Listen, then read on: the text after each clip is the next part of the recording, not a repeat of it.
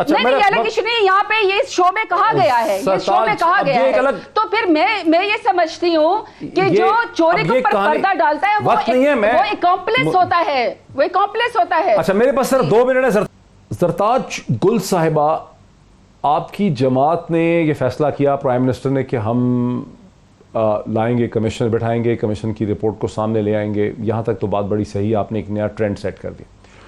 لیکن اس سے تو یہ پتہ چلا کہ یہ گزشتہ کئی برس سے ساری ہی جماعتیں کر رہی تھیں, آپ کی جماعت کے بھی اس میں لوگ شامل تھے, باقی جماعتوں کے بھی لوگ شامل تھے, تو یہ تو پھر ایک یعنی بالکل سارا اس میں سارے کے سارے ہی سامان میں ننگے ہیں. کیا کہیں گے آپ؟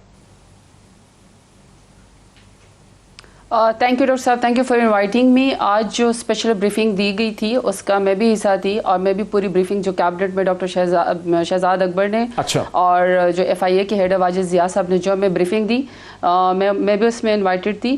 ایک تو سب سے پہلے میں یہ کلیئر کرنا چاہتی ہوں کہ جتنے بھی اسپیشلی یہ جو 9 مل ہے جن کا سیمپل ایکچولی لیا گیا ہے, یہ سیمپل کسی کو ٹارگٹ کر کے نہیں لیا گیا ہے, کسی فیملی کو ٹارگٹ کر کے نہیں لیا گیا ہے, بلکہ یہ سیمپل اس ایویڈنس پہ لیا گیا ہے کہ یہ پورے شوگر ملز کا پاکستان کے اندر مارکیٹ کو کتنا کیپچر انہوں نے کیا ہوا ہے. تو ان 9 ملوں نے سب سے زیادہ مارکیٹ کو کیپچر کیا ہوا ہے, اس لیے ان کا سیمپل سائز جو ہے وہ لیا گیا ہے.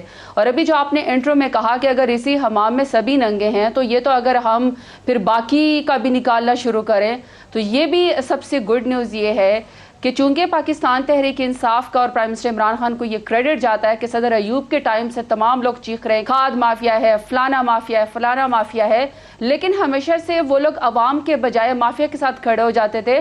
تو پاکستان تحریک انصاف کی پہلی حکومت ہے جو مافیا کے بجائے عوام کے ساتھ کھڑی ہوئی ہے. اور اگر میں غلط میں نہیں ہوں اگر میں یہ کہوں کہ پچھلی حکومتیں مافیا کے ساتھ کھڑی نہیں ہوئی تھی بلکہ اٹ سیلف مافیا تھی, تو اس کے لیے بڑے گٹس اور بڑے نروس چاہیے. تو میں تو مبارکباد دیتی ہوں شہزاد اکبر صاحب کو بھی اور واجد ضیاء صاحب کی اور پرائم منسٹر عمران خان کو بھی کہ انہوں نے ایک سیمپل سائز لیا, انہوں نے فورینسک اس کا آڈٹ کیا, اور پھر سب سے بڑی بات کہ کیبنٹ کو پیش کرنے کے بعد اس کو پبلک بھی کیا, کوئی چیز چھپائی نہیں گئی. اور نیکسٹ جو ٹارگٹ بھی رکھا گیا وہ جو ابھی آپ نے الفاظ بولے ہیں کہ پھر اس میں تو سیمنٹ بھی آئے گا, پھر اس میں تو کھاد بھی آئیں گے, تو نیکسٹ جو ہے کھاد اور سیمنٹ والے اور تمام ان کے بھی فورینسکس جو ہے وہ آڈٹ ہوں گے. اور جو آج سب سے بڑی میں سمجھتی ہوں اچیومنٹ یہ ہے کہ ان کی باری تو آئے گی, لیکن یہ جو 29 سے 30 ارب کی ٹوٹل سبسڈی ہے اس میں صرف سبسڈی کی بات نہیں ہے. چلو وہ تو ہو گیا کہ اس میں 2 ارب ہماری PTI کی گورنمنٹ نے اور وہ بھی پنجاب کی حکومت نے آفٹر 18 امینڈمنٹ فیصلہ کیا ہے, جو کہ ان کو اختیار ہے کہ وہ سبسڈی دے سکتے ہیں اگر ان کے پاس مارکیٹ کے اندر سپیس موجود ہے تو وہ دے سکتے ہیں. فیڈرل گورنمنٹ نے کوئی سبسڈی نہیں دی, تو 29 ارب کے اندر تو تمام کی تمام تقریباً 27 ارب جو وہ پچھلی حکومتوں نے دی ہے. لیکن زرتاج گل صاحبہ جو چیف منسٹر پنجاب ہیں انہوں نے غالباً سب سے بڑی سبسڈی دی ہے. چیف منسٹر پنجاب نے بہت بڑی سبسڈی دی ہے, غالباً سب سے بڑی سبسڈی انہوں نے دی ہے. کوئی پریس کانفرنس تھی آج شہزاد اکبر صاحب کی, اس سے تو کچھ بھی نہیں پتا چلا کہ عثمان بزدار صاحب نے آخر عثمان بزدار صاحب کا کمیشن نے انٹرویو کیا, کمیشن نے اسد عمر صاحب کا انٹرویو کیا, لیکن اس کے حوالے سے میں نے سنا نہیں کوئی, جب تک ٹیلی ویژن دکھاتا رہا کہ شہزاد اکبر صاحب نے کہا کہ اس میں سے کیا نکلا, کیا بتایا چیف منسٹر پنجاب نے یا اسد عمر صاحب نے. میں آپ کو بتاتی ہوں جو 29 سے 30 ارب کی ٹوٹل سبسڈی ہے, اس میں جو ہماری حکومت نے 2 سالوں میں فیڈرل گورنمنٹ نے ایٹ آل کوئی سبسڈی نہیں دی ہے. پنجاب گورنمنٹ کو یا تمام پروونسز کو آفٹر 18 امینڈمنٹ اگر ان کے پاس سپیس موجود ہے مارکیٹ کے اندر تو وہ سبسڈی دے سکتے ہیں, اور اس کے اندر بھی صرف 2 ارب کی پنجاب حکومت سے سبسڈی دی گئی ہے. اور پنجاب کے CM صاحب, اسد عمر صاحب جو ہے, حفیظ شیخ صاحب, تمام نے جو ہے FIA کو آنسر بھی کیا ہے, ان کے سیکرٹری نے بھی آنسر کیا ہے. مگر میرا پوائنٹ کیا ہے, میرا پوائنٹ صرف یہ کہ چلیں 29 ارب میں سے تو صرف جو ہے 27 ارب تو پچھلی حکومتوں نے دی ہے, لیکن 30% جو شوگر جو ہے وہ جو پاکستان میں ملوں کے اندر پروڈیوس کرتا ہے اس کا کوئی حساب ہی نہیں ہے 30% کا.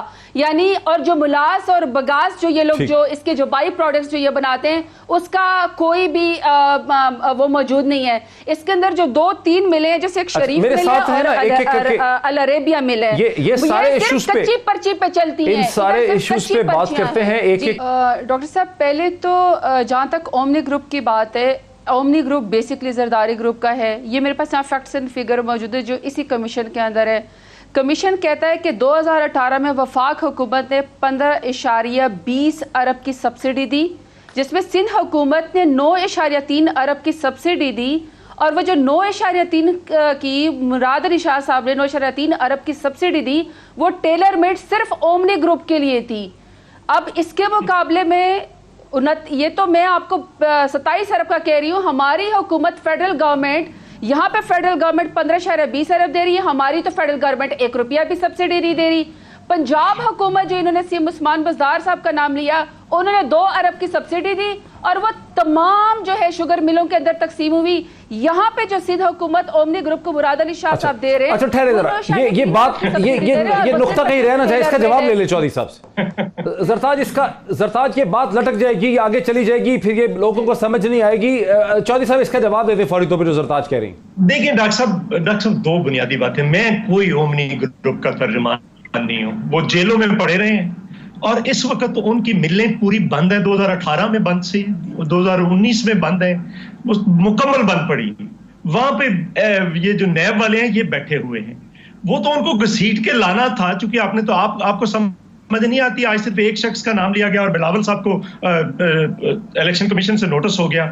ہمیں تو سمجھ آتی ہے، ہم پولیٹیکل لوگ ہیں، تو ان کو گھسیٹ کے لانا تھا. مسئلہ تو یہ ہے کہ کیا اس رپورٹ کے نتیجے میں 2 ارب کی دی ہے، لیکن جو 150 ارب روپیہ لوگوں کا لوٹا گیا ہے، چلو میں مان لیتا ہوں 22 ارب روپیہ، لیکن 22 ارب روپے کی سبسڈی غلط دی ہوگی، مجھے نہیں ڈیفینڈ کرنا، لیکن اس میں تو 150 ارب روپیہ لوگوں کی جیبوں پر ڈاکہ ڈالا گیا ہے. اس کی بات ہے. اصل بات وہ ہے